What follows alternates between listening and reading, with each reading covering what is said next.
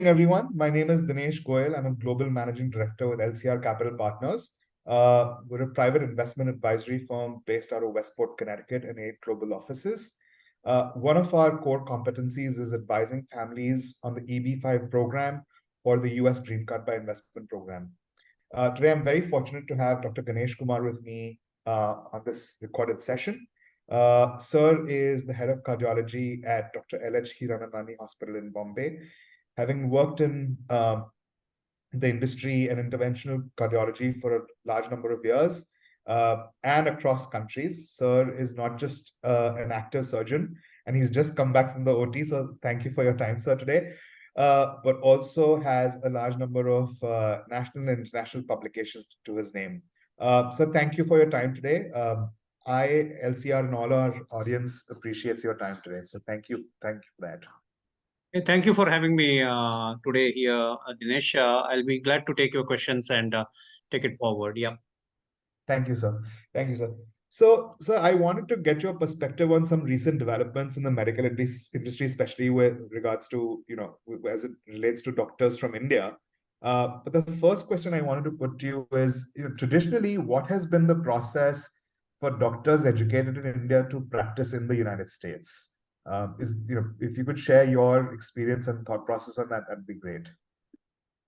Okay. There is a history behind this. It all started in early 70s, late 60s and early 70s, up to mid 70s, where there was a tremendous demand for doctors in America due to the Vietnam War that time. The war veterans were in plenty, and they needed medical attention. That's the time the United States started looking out of US doctors, and that was the first time when a hodus of international foreign medical, what I call as foreign medical graduates, started moving to America. I don't know initially whether there were any licensing exam, but to my knowledge, there was an exam called as ECFMG certification, which was not a big deal during those days. And then later on, ECFMG paved way to what is called as USMLE examination, United States Medical Licensure Examination. Okay, I took that examination myself in the year 1995 after my medical school, and I was also getting residency in India. So since my brother was already there, I decided to stay back in India and pursue my residency here. So during those days, the ECFMG in 1993 or 92 moved to what is called as USMLE, United States Medical Licensure Exam. Right?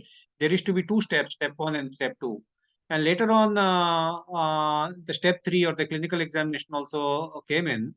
And people, once they used to clear this examination from all over the world, they would apply there for the residency program in America.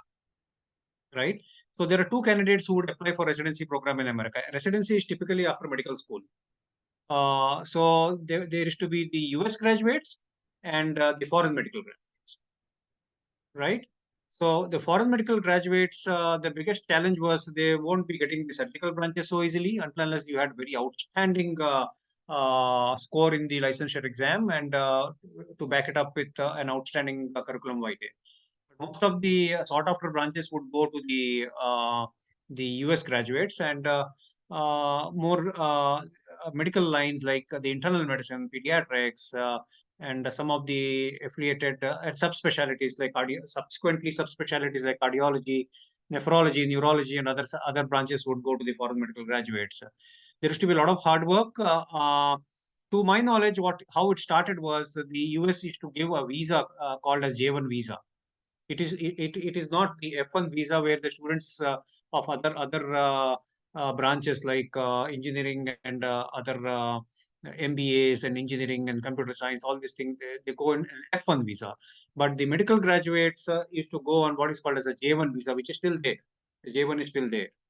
And some of the employer or the hospitals would give an H1 visa recently, but it's very hard to get an H1 visa. So most, I don't know the percentage, but I would use the word most. Most of the foreign medical graduates would get into what is called as a J1 visa, right? And typically the residency program in most fields would last for 3 years. And then fellowship, depending upon the type of fellowship, they would last from 2 to 4 years. So this would all be done under J1 visa. Can you go back to your question? The same question again.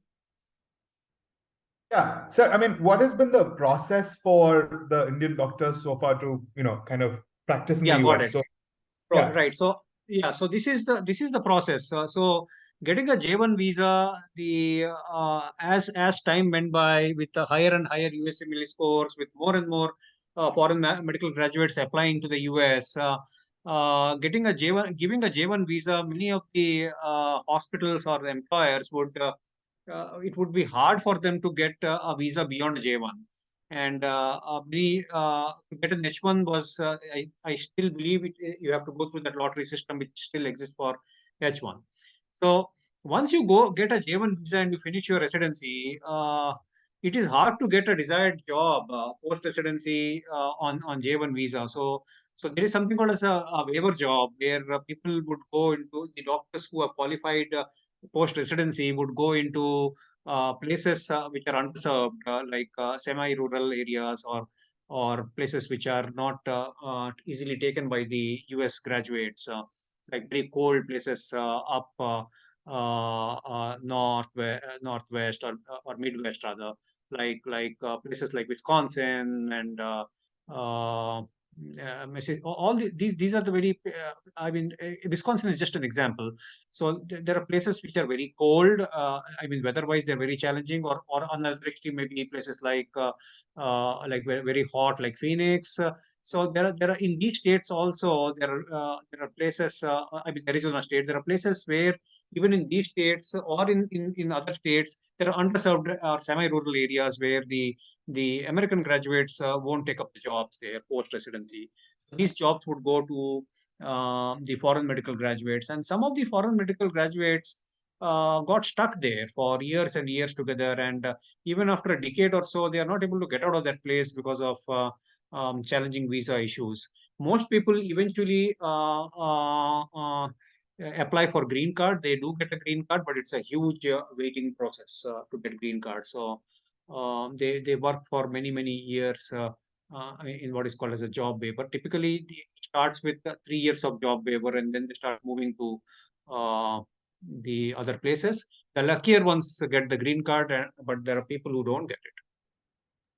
got it, sir. So it's a lengthy process then, and you're It going through is, yeah. qualification criteria. You're getting invited to the US on a J1 by a sponsoring hospital or a clinic, and then practicing with them, and then applying for the green card. So the process just keeps getting lengthier, and especially in the current environment, it keeps on going, right? I think that's Yeah, what. true. Also, even if you're well qualified in the beginning, you cannot do the way the American qualified person can do. You cannot open a business. You cannot open your own setups. You need to work with somebody who is already. If you are partnering somebody, you need to work with already who is an established guy in terms of visa. So yeah, there are a lot of challenges. True. Understood, sir. Thank you. So a few days ago, and you and I were discussing this informally the other day, which is that very recently the World Federation for Medical Education recognized the National Medical Commission of India and its affiliate colleges and graduates from affiliate colleges. Can you please help us understand what that really means now for the Indian doctors? So I have read it. The I think it started with the state of Tennessee, where they have passed a law which should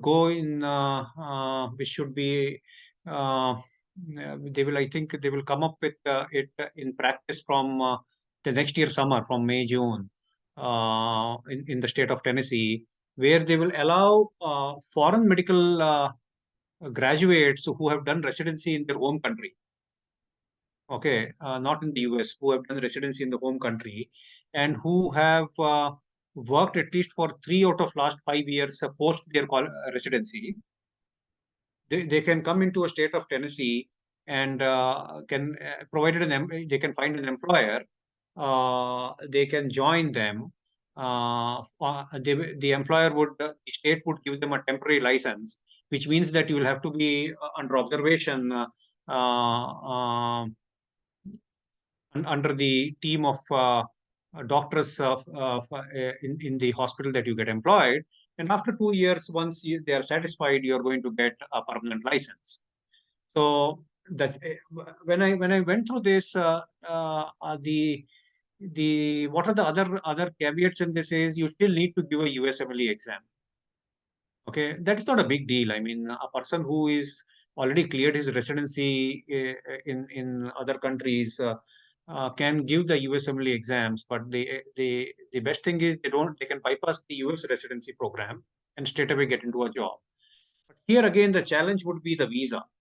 You know, if you have, I know you guys offer a quick process of getting a green card. So those doctors who can actually go through a green card process straight away will definitely will stand an advantage over the other doctors who will. It will also be easy for them to find an employment, because the employer who's trying to take you, they will they it is their it becomes easy to give you a job if you are having a green card compared to them again applying to try to get in a J1 for you or an H1 for you. Yeah, so Got it, and sir. even if you get an H1 or a J1, for you to get into a green card, that will be a big problem. So it is good for you to, if a Correct. doctor is trying to get into uh, uh, a state like Tennessee, subsequently I think even Illinois is going to come up with it. I was just reading somewhere, and more states will start doing this because of tremendous shortage of doctors in America. So Correct. once they do it, these doctors who are going to enter, not only from India and from the rest of the world, are going to enter at a stage of their life when they are doing good for themselves in their home country, right? So Yeah, most of the times, financially, they are not challenged. They just want a better quality of life. So correct. they will try to move in there, right? So Correct. so I think if it is me, I would go through a channel where I'll get first secure a green card through an EB5 program, and then try and find an employer. It will make life very easy in all aspects. I'll get a good employer. Okay, even when I get my permanent license there, I'm free to go where I want to go with a better visa status. If I don't have a Correct. good visa status, I'm leaving my home country. Okay, I'm going to leave everything here. Going to enter there without a proper visa status, it's not a great idea. Entering at the residency level is different.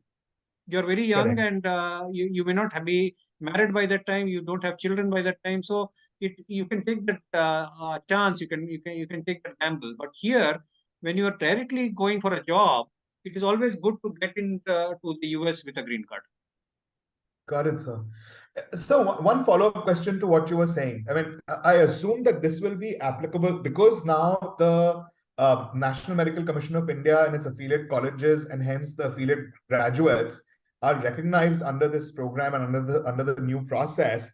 I assume that even the doctors who graduated from India in the past and currently, let's say, are probably working in other countries like Singapore, Dubai, London, they're working in Africa would qualify for this, right? It's the acceptance of the degree and the qualification, and not just where you are currently. Is that a correct interpretation of that?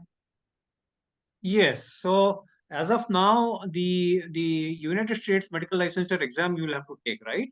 And Correct. the ECFMG is going to certify that, yes.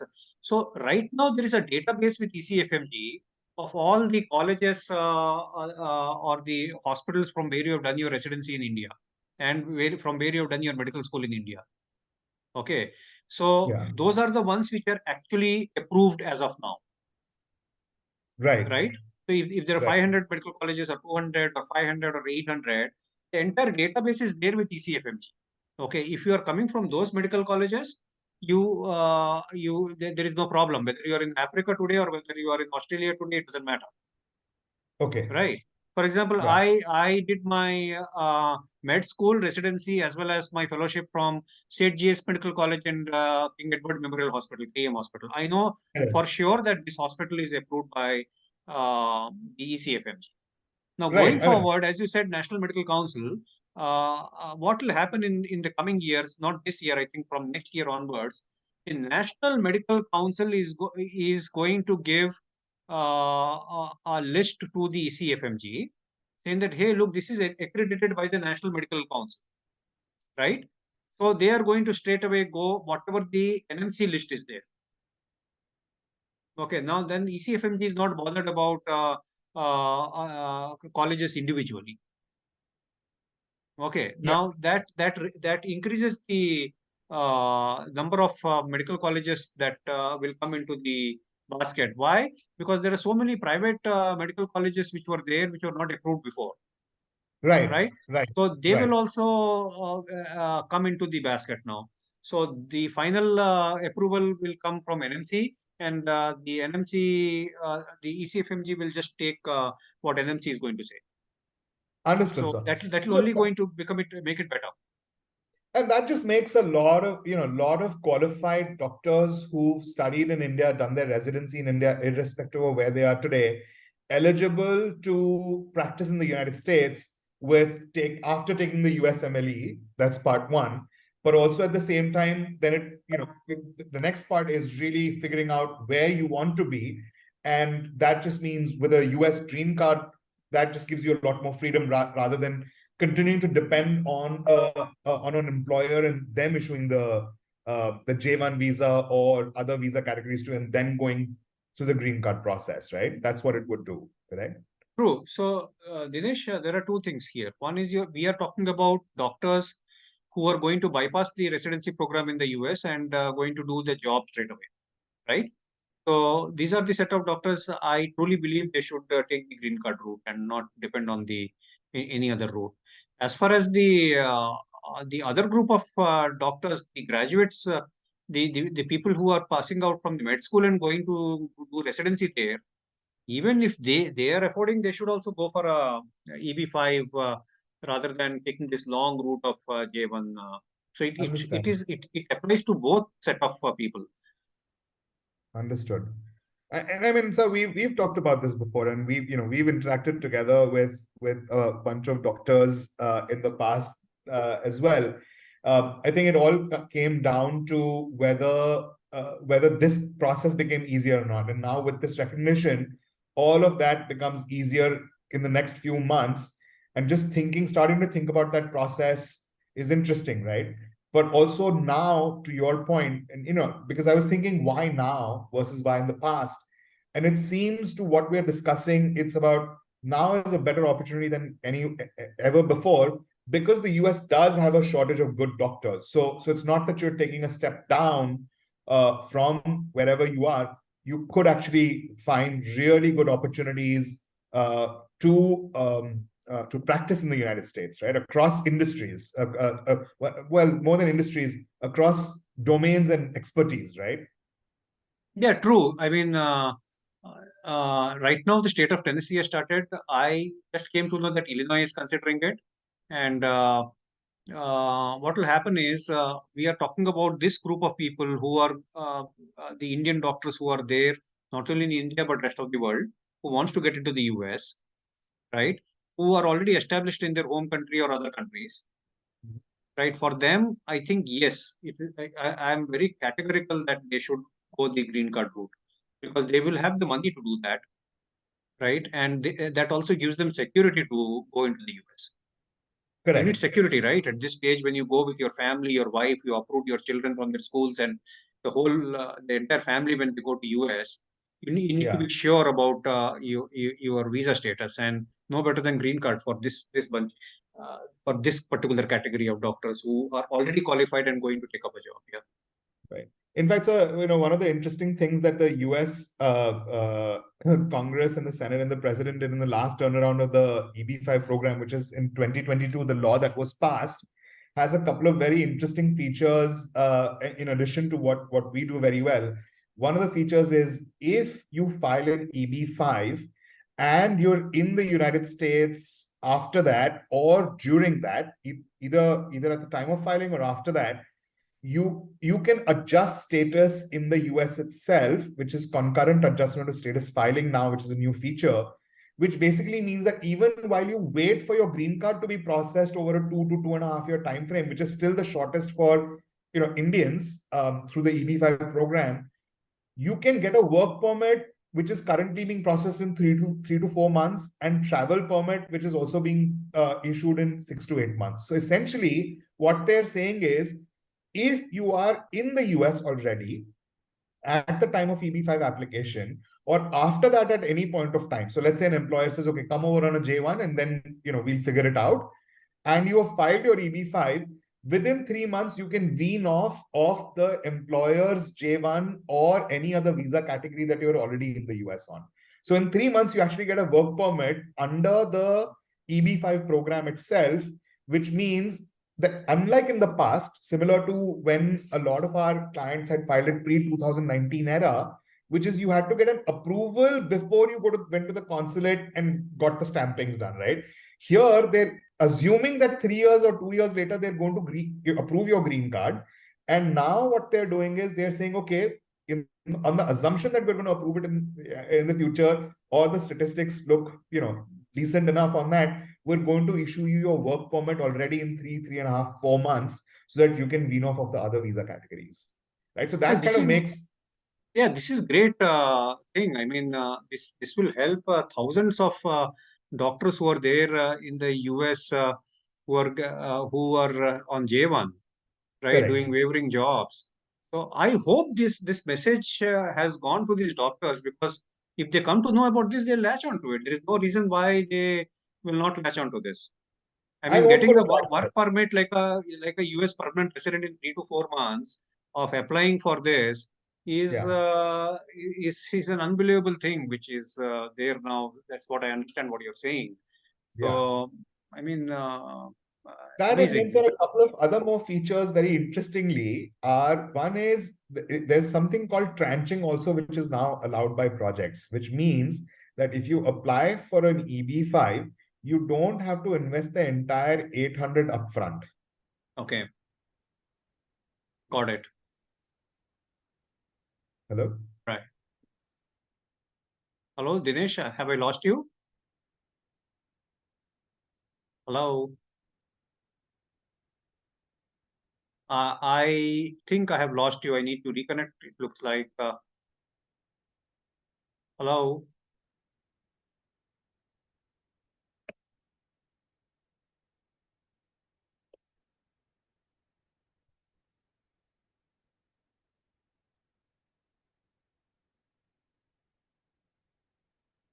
Hello.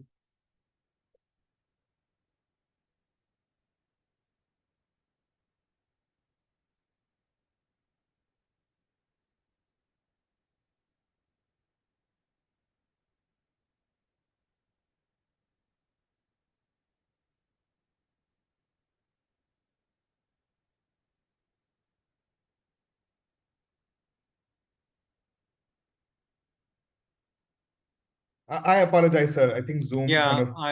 I had lost you. I think you told me about at what stage did I lose you? You told me about that you can pay the 800 K in installments.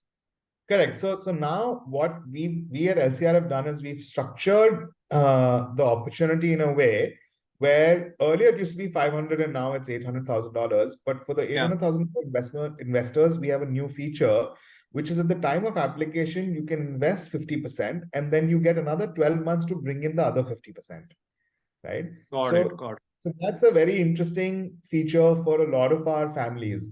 The other piece is, there are so many safe and secure investment opportunities now, sir, with the way we are doing things. There's denial guarantees, which means that if your process gets denied, you get your money back very, very quickly, right? There's a denial guarantee. There's guarantees of loan repayment, there's construction completion guarantees, there are collaterals that we are keeping. So it becomes very interesting and a safe and secure way to do this, as long as somebody has the desire to do it and somebody has the capital to do it. And so we're happy to structure those things. What becomes very interesting and more importantly is this new concurrent adjustment of status opportunity, which is, you file and then within 3 to 4 months you could get your work permit, which means you're technically off of any other visa, right? And that just becomes very interesting. Yeah, it is. I mean, I think the money, it's not a big amount of money. they are going to get the money back. So it is, Right. I think, it is the awareness. I don't think there is this type of awareness among especially the doctor community there in the US and other parts of the world, because most of the doctors are busy and they are in their own zone. So I think you guys need to make this aware. You have to make them aware that this is the way how to get to do it. Yeah, because Yeah. to No, me that's it the goal, looks like sir. a straightforward thing. It is. I mean, it's no brainer. That's the goal, sir. In fact, that's the goal. And I wanted to kind of get your perspective on exactly how the process works, and what the advantages of this new development with World Medical Council, World Council of Medical Education recognizing Indian National Medical Commission, and how that just changes things, especially in terms of not just the EB-5 and the green card process for these families, which we can take care of, but also reduces the effort and stress at their end, in terms of reduces the requirements from having to work in obscure cities, or not great opportunities, or for that matter of fact having to depend on employer-based visas, or having to do your residency all over again. So I think that all of those factors combined together do make it a very enticing opportunity now, especially for doctors who graduated from India. Absolutely. I mean, you covered all the points. Doctors who are going to go now with their families, they would like to not go into very rural and semi-rural places. Right. So they would like to. So having a green card from day one, after the initial 2-3 years, when you're working with an employer, you are under observation, but subsequently you're free to go to any part of the state. So it makes a Yeah. big difference, very, very big difference. So, so thank you so much for all your guidance as always, and I always appreciate your time. And it's been a pleasure and an honor to get your guidance and just get your advice at all times. So I really appreciate it, and I'm sure everyone at LCR appreciates it too. Thank you for having me today, Ganesh, and best wishes to all of you at LCR. Give my regards to all of them. Will do, sir. Thank you so much, sir. Bye. Thank you, sir.